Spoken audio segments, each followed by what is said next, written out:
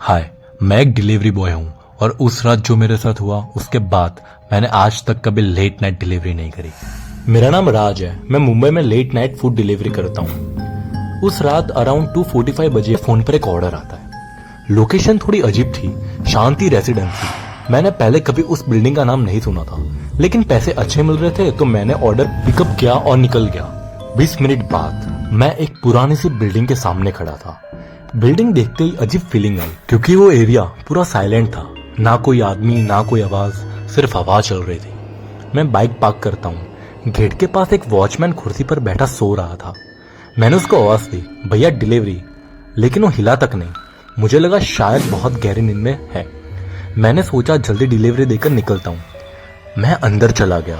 वो बिल्डिंग का रिसेप्शन पूरा अंधेरे में डूबा हुआ था। सिर्फ एक ट्यूबलाइट ब्लिंक कर रही थी और सामने लिफ्ट का डोर आधा खुला हुआ था, जैसे कोई मेरा वेट कर रहा हो। मेरा दिल थोड़ा अनईजी फील कर रहा था, लेकिन मैंने इग्नोर किया। मैं लिफ्ट के अंदर गया, ऑर्डर स्लिप देखी और फ्लैट नंबर 704। अब लिफ्ट धीरे धीरे ऊपर जाने लगी। फिर अचानक लिफ्ट एक सेकंड के लिए बीच में रुक गई। लाइट्स ब्लिंक हुई और पूरा लिफ्ट साइलेंट हो गया। मुझे थोड़ा डर लगा। फिर सडनली लिफ्ट दोबारा चलने लगी। 7th फ्लोर आया। लिफ्ट का डोर धीरे धीरे खुलता है। बाहर पूरा कॉरिडोर अंधेरा था। सिर्फ एंड में एक येलो लाइट जल रही थी और वहीं एक लड़की खड़ी थी। सफेद कपड़े, खुले बाल और बस चुपचाप मुझे देख रही थी। मैंने पूछा 704?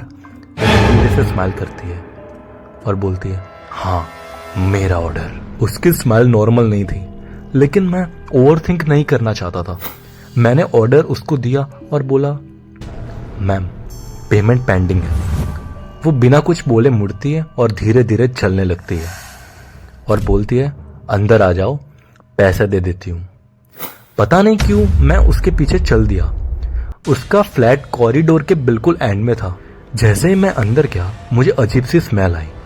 पूरा घर डार्क था, सिर्फ टीवी की ब्लू लाइट रूम में आ रही थी। लड़की किचन की तरफ चली गई और मैं वही खड़ा रहा। तभी मेरी नजर दीवार पर पड़ती है। वहां पे बहुत सारी फोटोज होती है, डिलीवरी बॉय की फोटोज। हर फोटो में लड़के, कोई स्माइल कर रहा था, कोई डरा हुआ लग रहा था। ये देख के मेरा दिल जोर जोर से धड़कने लगा। मैं धीरे धीरे आगे बढ़ा और तभी मैंने अपनी भी फोटो देखी। वही फोटो जो मैंने ज़ोमैटो आईडी के लिए अपलोड करी थी। उसके नीचे रेड मार्कर से लिखा था, यू नेक्स्ट। मेरे हाथ कांपने लगे, मेरी सांसें तेज हो गई। मैं धीरे से पीछे मुड़ता हूँ और वो लड़की एकदम मेरे पीछे खड़ी थी और इस बार उसका चेहरा नॉर्मल नहीं था, बहुत डरावना लग रहा था। मैं डर के मारे पीछे हटता हूँ और सीधा भागना स्टार्ट करता हूँ। मैं उस लड़की के फ्लैट से बाहर भागा, कॉरिडोर में भागता हुआ लिफ्ट तक पहुंचा, लेकिन लिफ्ट ऑलरेडी ओपन थी। जैसे उसे पता था मैं आ रहा हूँ।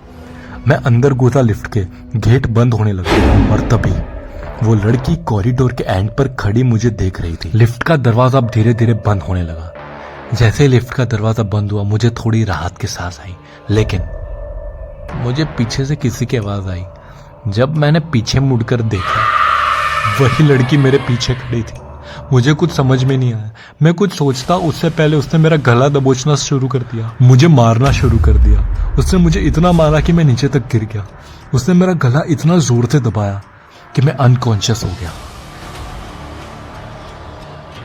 जब मेरी आंख खुली, लिफ्ट ग्राउंड फ्लोर पर थी और आसपास वो लड़की नहीं दिख रही थी। मैं भागा बाहर। कॉरिडोर पे मेरे को वॉचमैन मिला। मैं वॉचमैन से डर डर के बोलता हूँ कि भाई मेरी मदद करो, मुझे वो लड़की मारना चाहती है। वॉचमैन बोलता है, कौन सी लड़की? मैं बोलता हूँ, वही जो 7th फ्लोर पे रहती है, 704। वो असली में भूत है, मुझे बहुत डर लग रहा है, मेरे को बचाओ। ये सुन के वॉचमैन एकदम चुप हो गया, जैसे सांप सूंघ लिया हो। वॉचमैन धीरे से बोला, भाई तू पागल है क्या? ये पूरी बिल्डिंग में सिर्फ 5 ही फ्लोर है, तो तू 7वें फ्लोर पे कैसे गया? मेरी पूरी बॉडी फ्रीज हो गई, मुझे कुछ समझ में नहीं आया और तभी मेरा फोन नीचे गिर गया और फोन पे अचानक डिस्प्ले हुआ, ऑर्डर कैंसल।